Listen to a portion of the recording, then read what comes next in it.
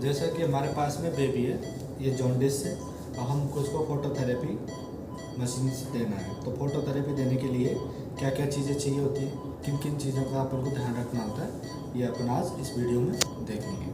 सबसे पहले कि अपन को सामान चाहिए होता है आई मास्क।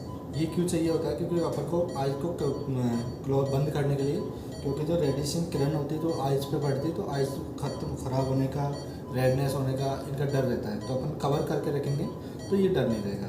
दूसरा अपन को चाहिए था गॉज पीस, क्योंकि अपन इस जो SPF प्रो अगर अपन को लगा रहे हैं तो उसको कवर करना होता है। दूसरा अपन डायपर अपन को कवर करना होता है, क्योंकि ये रेक्टल पार्ट है। बाकी ये बॉडी पे अपन को कपड़ा वगैरह कुछ भी नहीं पहनाना है, क्योंकि अगर अपन बच्चों को कपड़े पहना के अगर फिर फोटोथेरेपी देंगे तो उसका कोई मतलब नहीं होगा, क्योंकि जो किरणें है वो अपनी बॉडी को पड़नी चाहिए।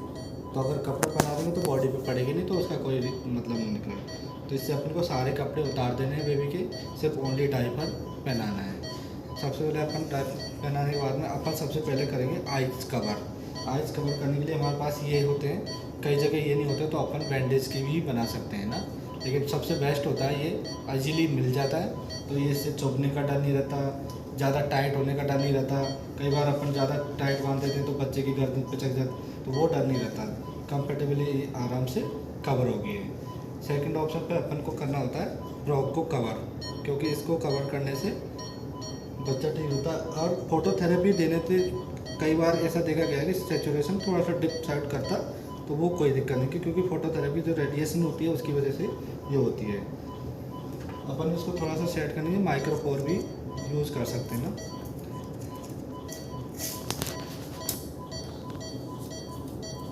चाहो तो अपन इसको स्टेराइल टिश्यू से भी कवर कर सकते हैं, लेकिन अपन को कवर करना है। ठीक है, इसके बाद अपन लेते हैं फोटोथेरेपी।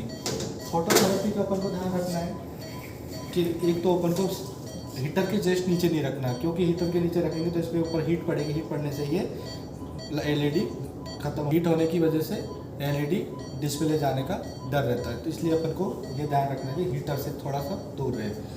जो फोटोथेरेपी की जो डिस्टेंस होती है बेबी से, वो अपन को 20 से 40 सेंटीमीटर की डिस्टेंस पे रखना होता है।